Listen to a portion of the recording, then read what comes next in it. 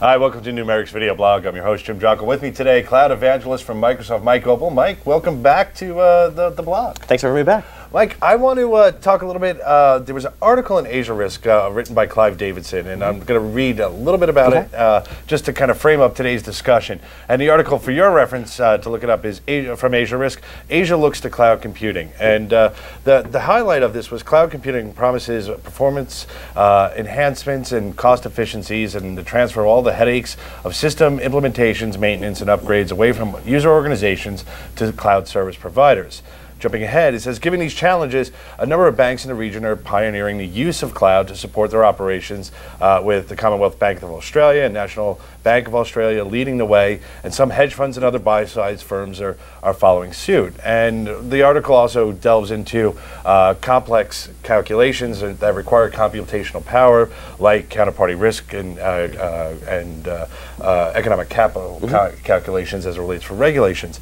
But it spurs the question, and I know you span the world, is the tail wagging the dog in terms of emerging markets really looking to cloud as a key solution in expanding their financial services platforms? Yeah, that's a great point, and really interesting. One of the actually most interesting kind of aha moments I think I've had in the past couple months is realizing how actually nation states are looking to cloud as for competitive advantage, and particularly in Asia. You know, if you think about Asia over the past decade, maybe 15 years, the growth has been absolutely epic. I mean, the growth from, you know, really almost impoverished nations to very, very wealthy nations with a burgeoning, you know, Western-style middle class has been tremendous. However, that's really all been centered in urban areas.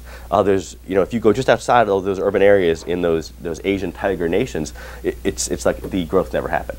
So the challenge for those governments is to roll that growth out, to scale that growth, and enable that the rural population also kind of move up the economic ladder. And what's fundamental for that is having basic financial services. So a bank account and an insurance account. If you're saving your money under the mattress, you're really never going to work your way out of poverty. So enabling a family to have a bank account and have basic insurance is really critical to making that happen. And what we're seeing in some of the really large Asian nations is they're looking at how can we use cloud to absolutely scale this out to our entire rural population in terms of basic banking, basic financial services.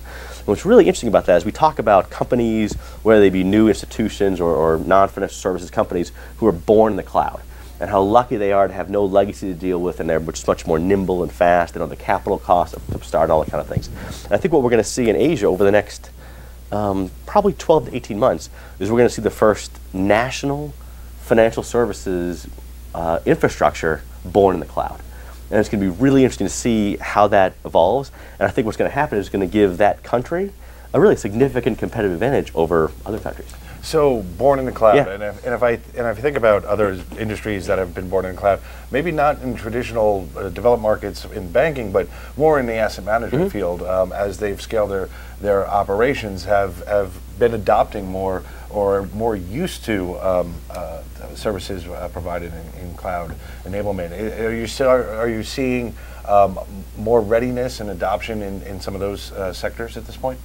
Yeah, we are. And I think particularly when you talk about like like asset managers who are actually managing the money. You know, we talk about big banks, you kind of think of lots of infrastructure and almost like branch mentality. Can't help but get complicated in there. Whereas if you're a hedge fund, you're very clean. Like your goal is to take this dollars and make them more.